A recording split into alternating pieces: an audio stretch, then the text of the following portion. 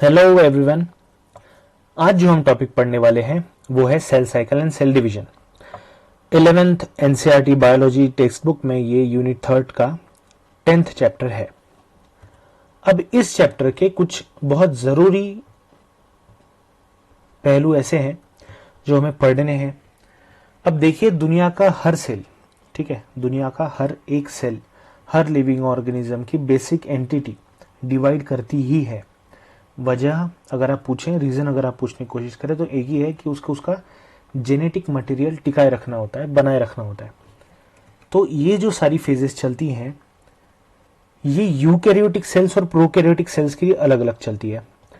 अब यहाँ पे हम डिस्कस करने वाले हैं यूकैरियोटिक सेल्स के हिसाब से। अब यूकैरियोटिक सेल्स को देखा जाए तो यूकैरियोटिक सेल्स जैसे हम हो गए, यीस्ट हो गई, ये सारी सेल्स होती हैं।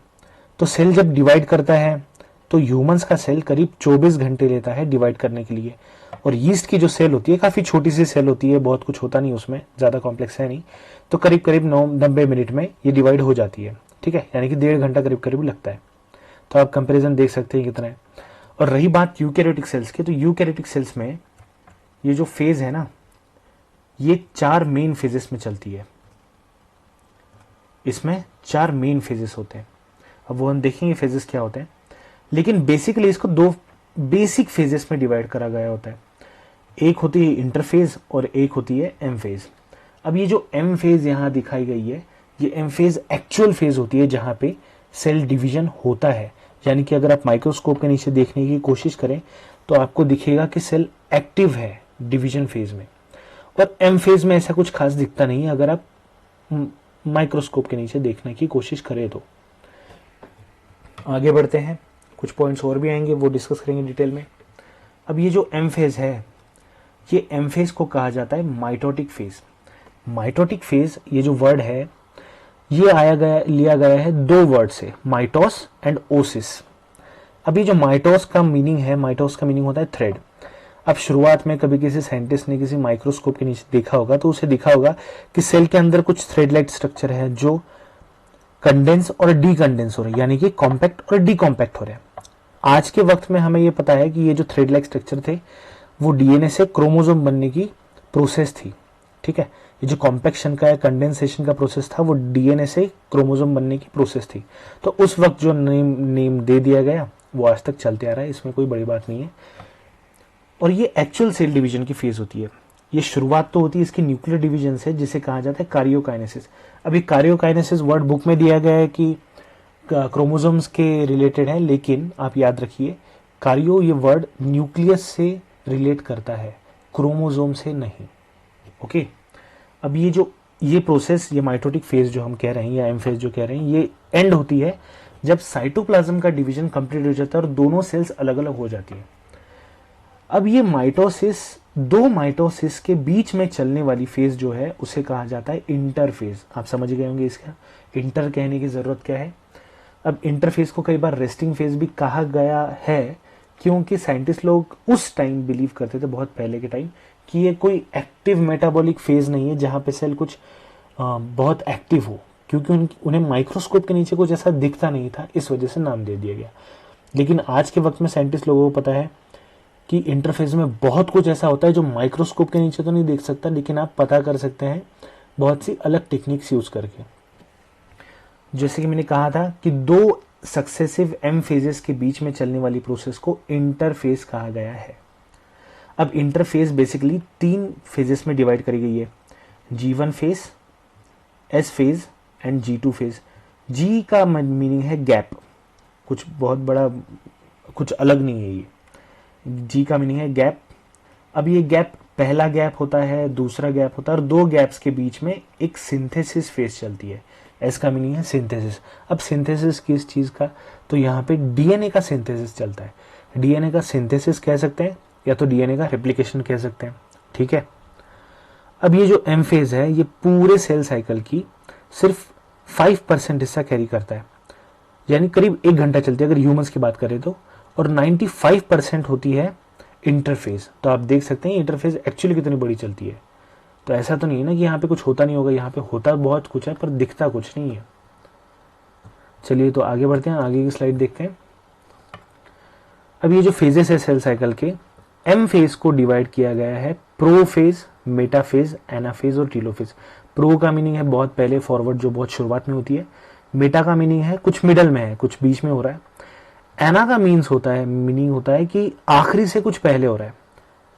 और टीलो का मीनिंग होता है कि भाई कुछ आखिरी में हो रहा है। और फेजेस का मीनिंग तो आप जानते हैं।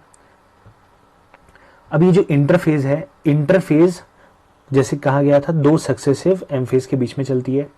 इसे 3 फेजेस में डिवाइड किया गया है। आप ये चीजें याद रख सकते हैं, ठीक है, जरूरी चीजें याद रखिएगा। उसके बाद आती है इंटरफेज। इंटरफेज को पहले डिस्कस कर लेते हैं क्योंकि ये थोड़ी डिस्कस करने में इजी है। अब इंटरफेज में 3 फेजेस जैसे कहा गया था चलती है, G1 phase, S phase and G2 phase. G1 का मीनिंग है gap, first gap phase, G2 का मीनिंग है सेकेंड गैप फेज और S का मीनिंग है सिंथेसिस फेज। अब G1 यानी कि फर्स्ट गैप फेज में होता यह है कि इंटरवल जो होता है, दो माइटोटिक फेजेस के बीच का जो इंटरवल है वो बनाता है G1 फेज को। यहाँ पे बहुत सी मेटाबॉलिकली एक्टिव प्रोसेस होती है, ऐसी प्रोसेसेस जो कि डीएनए को रेप्लिकेट करवाने के काम आएगी, लेकिन डीएनए खुद रेप्लिकेट नहीं होता इस फेज में, ठीक है। डीएनए को रेप्लिकेट करवाने वाली बहुत सी प्रोसेस चलती है, लेकिन डीएनए अभी रेप्लिकेट होना शुरू नहीं हुआ, ठीक है। फिर आती है एस फेज। अब G1 फेज में तो बहुत सी प्रिपरेशन हो गई, डीएनए को रेप्लिकेट करवाना है। अब एस फेज में वो प्रिपरेशन काम आती है। यहाँ पे डीएनए रेप्लिकेट होना शुरू हो जाता है। रेप्लिकेट यानी कि उसकी अमाउंट डबल होना शुरू हो जाती है, बढ़ना शुरू हो जाती है। अब देखिए कहा गया है कि डीएनए की अमाउंट बढ़ती है। डीएनए की अमाउंट जब कभी भी रिप्रेजेंट करते हैं वो सी, ये वर्ड कैपिटल सी करके यूज करते हैं। अब फॉर एग्जांपल देख लीजिए कि अगर 2C किसी में डीएनए है, ठीक है, तो उसकी अमाउंट बढ़कर 4C हो जाएगी। कब? एस फेज में। लेकिन इसमें क्रोमोसोम का एक्चुअल नंबर तो बढ़ता नहीं है, ठीक है, क्रोमोसोम का नंबर नहीं बढ़ता, बस डीएनए रेप्लिकेट हो जाता है। ओके, इतना याद रखिएगा। कई बार ये सवाल आता है तो इसमें गलतियां हो जाती है। तो इसमें क्रोमोसोम का नंबर नहीं बदलेगा, बदलेगा तो बस डीएनए का नंबर। अब डीएनए जब रेप्लिकेट हो जाता है तो न्यूक्लियस टूटना शुरू हो जाता है, लेकिन अभी न्यूक्लियस टूटना शुरू नहीं हुआ, इतना आप याद रखिए, ठीक है। जब प्रोसेस पूरी हो जाएगी उसके बाद ये सब होता है। यहां पे होता क्या है, तो यहां पे सेंट्रियोल डुप्लीकेट हो जाता है। देखिए आप इस स्लाइड में अच्छे से देख सकते हैं, इस पिक्चर में देख सकते हैं कि यहाँ पे बस एक सिंगल थ्रेड है डीएनए का, यहाँ पे 2 थ्रेड बन गए। इसी से प्रूव होता है कि डीएनए का अमाउंट डबल हो गया। यहाँ पे आप कह सकते हैं 1C से 2C हो गया, अगर 2C होता तो 4C हो जाता है ना, डबल हो रहा है। तो ये बन गई कॉपी किसी जीन की, यानी कि यहाँ पे हो गए, यहाँ पे हो गया एक क्रोमोसोम। अब ये एक क्रोमोसोम है, इसमें ये एक सिस्टर क्रोमैटिड है और ये एक सिस्टर क्रोमैटिड है। सिंपली आप याद रखिए जितने सेंट्रोमियर हैं उतने ही क्रोमोसोम होते हैं। 2 centromere 2 chromosome, 1 centromere 1 chromosome. Okay, यहाँ पे 1 सेंट्रोमियर दिख रहा है, इसका मतलब है कि ये एक ही क्रोमोसोम है। यहाँ पे सेंट्रियोल डुप्लीकेट होना शुरू हो जाता है। जैसे कि मैंने कहा था, सेंट्रियोल एक ऐसा ऑर्गेनेल है जिसके आसपास कोई मेम्ब्रेन नहीं होती, तो ये मेम्ब्रेन बाउंड ऑर्गेनेल नहीं है, मेम्ब्रेन लेस ऑर्गेनेल है, सेल के अंदर ही होता है, न्यूक्लियस के आसपास पड़ा होता है। वैसे तो ये एक ही ऑर्गेनेल होता है, और जैसे एस फेज आती है, ये एस फेज में खुद भी डुप्लीकेट हो जाता है। देखिए 2 सेंट्रियोल्स बन गए हैं, ये एक सेंट्रियोल हो गया और ये एक सेंट्रियोल हो गया, ठीक है। सेंट्रियोल एक ऑर्गेनेल है। और G2 उसके बाद आती है G2 फेज, यानी कि सेकेंड गैप फेज। अब यहाँ पे ऐसे प्रोटीन्स बनते हैं जो बाद में माइटोसिस के काम आएंगे, माइटोसिस के काम आएंगे यानी कि एक्चुअल सेल डिवीजन के काम आएंगे। ओके, तो हम आगे चलते हैं, देखते हैं प्रोसेस हो क्या रही है। इंटरफेज के बाद अब आता है अपना एम फेज। इंटरफेज खत्म हो गई, अब एम फेज आएगा। एम फेज में होगी एक्चुअल सेल डिवीजन। अब इस सेल डिवीजन को, अगर ये माइटोसिस है तो इसे इक्वेशनल डिवीजन कहा जाता है। इक्वेशनल इसलिए क्योंकि इसमें क्रोमोसोम का नंबर नहीं बदलता, ठीक है, क्रोमोसोम का नंबर नहीं बदलता। अगर 2 क्रोमोसोम है तो डिवीजन होने के बाद भी 2 ही क्रोमोसोम होंगे। जैसे कि ह्यूमंस में 46 क्रोमोसोम्स है, तो माइटोसिस यानी कि एम फेज कंप्लीट होने के बाद 46 ही क्रोमोसोम रहेंगे। अब ये जो एम फेज है, इसमें मैंने कहा था कि इसमें 2 फेजेस में चलता है। एक तो कार्योकाइनेसिस होती है और आखिरी में होता है साइटोकाइनेसिस। तो कार्योकाइनेसिस है जो बहुत इंपॉर्टेंट है, जो पढ़नी पड़ती है, ये बहुत इंपॉर्टेंट, इसमें से क्वेश्चंस बहुत आते हैं, तो आप इस पर ज़रा ध्यान दीजिए। कार्योकाइनेसिस यानी कि न्यूक्लियर डिवीजन। न्यूक्लियर डिवीजन जब होता है तो इसे 4 स्टेजेस में डिवाइड किया गया है, ठीक है, मतलब रफली 4 स्टेजेस में आप इसे डिवाइड कर सकते हैं। कोई चाहे तो 5 फेजेस में भी डिवाइड कर सकते हैं, पर बहुत से बुक्स में पॉपुलरली इसे 4 फेजेस में डिवाइड किया जाता है। तो सबसे पहले ये प्रोफेज, फिर आती है मेटाफेज, फिर आती है एनाफेज और उसके बाद आती है टीलोफेज। तो देख सकते हैं एम फेज में क्या हो रहा है। एम फेज में सेल बस डिवाइड हो रही है, क्रोमोसोम का नंबर नहीं बदला क्योंकि सेंट्रियोल सेम है। देखिए सॉरी, सेंट्रोजोम सेम है।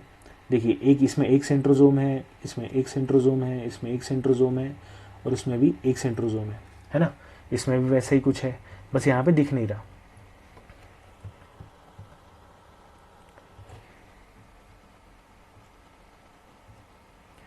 एम फेज की डिटेल डायग्राम है।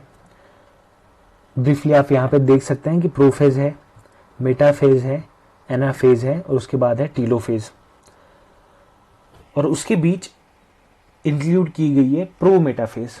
डिटेल थोड़ी सी ज़्यादा डिटेल्स में है, लेकिन इसकी कोई ज़रूरत नहीं, आप 4 फेजेस भी याद रख सकते हैं। इंटरफेज के बाद होती है सारी प्रोसेसेस, उसके बाद साइटोकाइनेसिस की कुछ प्रोसेस हो रही है। ये रहा साइटोकाइनेसिस का हिस्सा, जहाँ पे 2 सेल्स डिवाइड हो चुके हैं कम्प्लीटली। उसके बाद फिर से इंटरफेज आएगी, इंटरफेज के बाद फिर से एम फेज आएगी, ठीक है। अब देखते हैं प्रोफेज। अब ये जो प्रोफेज है, इस प्रोफेज में शुरुआत में तो क्रोमोसोम का जो भी मटेरियल है वो कंडेंस होना शुरू हो जाता है, कॉम्पैक्ट होना शुरू हो जाता है, यानी कि बेसिकली डीएनए से क्रोमोसोम बनने की प्रोसेस शुरू हो जाती है। पूरा नहीं बनता, बस शुरू हो जाती है। उसके बाद जो सेंट्रोजोम है, सेंट्रोजोम जो है वो अपोजिट पोल्स की तरफ मूव करना शुरू कर जाती है। ये देखिए सेंट्रोजोम है, सेंट्रोजोम का रेप्लिकेशन आपने देखा था एस फेज में कंप्लीट, सेंट्रोजोम का डुप्लीकेशन एस फेज में कंप्लीट हो चुका था। अब ये जो सेंट्रोजोम है वो डुप्लीकेट हो चुके हैं, तो जाहिर सी बात है कि अब वो अपोजिट पोल्स की तरफ मूव करेंगे। उसी के साथ साथ ये माइटोटिक स्पिंडल्स भी बनाते हैं, यानी कि माइक्रोट्यूब्यूल से बनाई हुई ये छोटी छोटी ट्यूब्स हैं जो सेल्स के अंदर काम करती हैं, बहुत ज़रूरी काम होता है इनका। अब ये डायग्राम अगर आप देखें तो इससे एक पिक्चर ली हुई है फ्लोरोसेंट माइक्रोस्कोपी से, तो इसमें देख सकते हैं ये जो रेड कलर का हिस्सा है वो सारा है क्रोमोसोम्स का, और ये जो ग्रीन कलर का हिस्सा दिख रहा है वो है माइक्रोट्यूब्यूल्स। ओके, तो माइक्रोट्यूब्यूल्स का जो ये रेडिएटेड नेटवर्क बनता है उसे कहा जाता है एस्टर्स, ठीक है। उस वक्त, जिस वक्त माइक्रोस्कोप इतने अच्छे नहीं थे, उस वक्त लोगों को लगा, साइंटिस्ट लोगों को लगा कि ये कोई स्टार शेप्ड एंटिटी है, कोई बॉडी है जो सेल्स के अंदर दिखती है, तो उसने एस्टर का नाम दे दिया। एस्टर का एक्चुअल मीनिंग लैटिन में होता है स्टार। अब ये जब 2 एस्टर्स, यानी कि इस सेंट्रोजोम का एस्टर और इस सेंट्रोजोम का एस्टर, यानी कि माइक्रोट्यूब्यूल्स का नेटवर्क जो उस सेंट्रोजोम से बाहर निकला हुआ है, उसी को एस्टर कहते हैं। तो ये जो एस्टर है ये टुगेदर एक साथ आके इसे माइटोटिक एपरेटस का नाम दिया जाता है, ठीक है। तो ये जो पूरा नेटवर्क बन चुका है ये माइटोटिक एपरेटस है, ठीक है। और बस ये सेंट्रोजोम का ये इतना हिस्सा जहां से दिख रहा है कि बस स्टारशिप कुछ निकल रहा है, उसे कहा जाता है एस्टर्स। अब ऐसे सेल में जो प्रोफेज में पहुंच चुका है, उस सेल में ना आप गोल्जी कॉम्प्लेक्स ढूंढ सकते हैं, ना एंडोप्लाज्मिक रेटिकुलम ढूंढ सकते हैं, ना उसमें न्यूक्लियोलस मिलता है, बस मिलता है तो थोड़ा बहुत न्यूक्लियर एनवेलप, वो भी टूटा हुआ। फिर आती है मेटाफेज। अब ये जो मेटाफेज है, मेटाफेज का एक्चुअल काम है क्रोमोसोम को पूरी तरह से कंडेंस कर देना, यानी कि जब डीएनए से क्रोमोसोम बनेगा वो पूरी तरह से कंडेंस हो चुका होगा इस फेज में। आप देख सकते हैं कि ये रही डीएनए, डीएनए के साथ हिस्टोन्स प्रोटीन्स या कुछ बहुत से अलग अलग प्रोटीन्स मिला के ऐसी कुछ क्रोमोसोम जैसी बॉडी बना देते हैं, ठीक है। अब ये जो क्रोमोसोम है ये दिखने में ऐसा होता है एक्चुअली। ये रहा क्रोमोसोम, ये रहा सेंट्रोमियर, ये रहा क्रोमेटिड, यानी कि ये एक क्रोमेटिड, ये दूसरा क्रोमेटिड, दोनों मिलके बन गए सिस्टर क्रोमेटिड। इजी है। अब यहाँ पे कंडेंसेशन कंप्लीट हो जाता है, जो कि आप क्लियरली देख सकते हैं माइक्रोस्कोप के नीचे 2 सिस्टर क्रोमेटिड्स भी बन जाती हैं, जो कि एक सेंट्रोमियर से हेल्ड होती है, पकड़ी हुई होती है। उसके बाद एक डिस्क शेप्ड स्ट्रक्चर मिलता है जो कि दिखने में ऐसा होता है। ये देखिए यहाँ पे आप देख सकते हैं डिस्क शेप स्ट्रक्चर जो दिखने में कुछ ऐसा होता है, इसे कहते हैं काइनेटोकोर। ठीक है, इसे कहते हैं काइनेटोकोर, इस शेप को कहते हैं काइनेटोकोर। अब इस काइनेटोकोर का काम है कि एक साइट प्रोवाइड कराता है स्पिंडल फाइबर्स यानी कि माइक्रोट्यूब्यूल्स के अटैचमेंट के लिए, जिसकी वजह से बाद में ये क्रोमोसोम्स मूव हो सके। अब ये जो प्लेन है ये एक टाइम बाद, ये देखिए इसमें आप देख सकते हैं कि ये काइनेटोकोर रहा, ये काइनेटोकोर, इस काइनेटोकोर पे माइक्रोट्यूब्यूल्स अटैच हो चुके हैं। ठीक है, अब ये शुरुआत में मेटाफेज की शुरुआत में, प्रो मेटाफेज में, ये जो माइक्रोट्यूब्यूल्स होती हैं ये सारे क्रोमोसोम्स को ढकेल ढकेल कर एक सीधी लाइन में ले आती है। इस सीधी लाइन में ले आती है, एक लाइन में अलाइन कराती है इसे। देखिए यहाँ पे आप देख सकते हैं, इसी लाइन को कहा जाता है मेटाफिजिक प्लेट। ठीक है, एक्चुअली वहाँ पे कोई प्लेट नहीं है जिसपे आप खाना खा सकें, बस इसे कहा जाता है, ये टर्मिनोलॉजी है। यहाँ पे सेल्स, यहाँ पे एक सेल में अभी तक क्रोमोसोम का टोटल नंबर 2n है। ठीक है, सेल अगर डिप्लॉयड होगी तो। और मेटाफेज जैसे जैसे कंप्लीट होना शुरू हो जाता है, मेटाफेज जैसे जैसे आगे आगे प्रोसेस करता है, वैसे वैसे अपनी सारी क्रोमोसोम्स एक लाइन में अलाइन हो जाती हैं। अब ये बन गई अपनी मेटाफिजिक प्लेट। ठीक है, फिर आती है एनाफेज। अब इस एनाफेज में क्या होता है, तो इस एनाफेज में जो भी क्रोमोसोम्स अरेंज हो चुकी थी मेटाफिजिक प्लेट में, अब उन्हें खींचा जाता है। कौन खींचता है, तो ये काइनेटोकोर माइक्रोट्यूब्यूल्स होती है ना, माइक्रोट्यूब्यूल्स, वही उन्हें खींचती है। ये सेंट्रोमियर से स्प्लिट हो जाती है, सेंट्रोमियर टूट गया, अब जाहिर सी बात है अब ये क्रोमोसोम रहा नहीं, तो क्रोमैटिड सेपरेट हो गई, यानी कि सिस्टर क्रोमैटिड सेपरेट हो गई।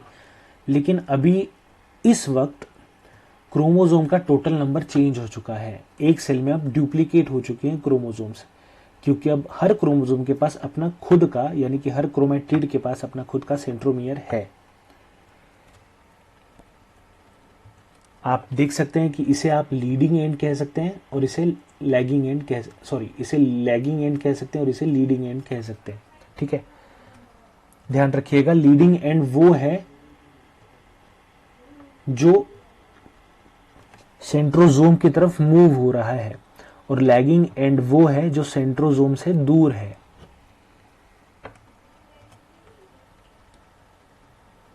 अब उसके बाद आती है टीलोफेज।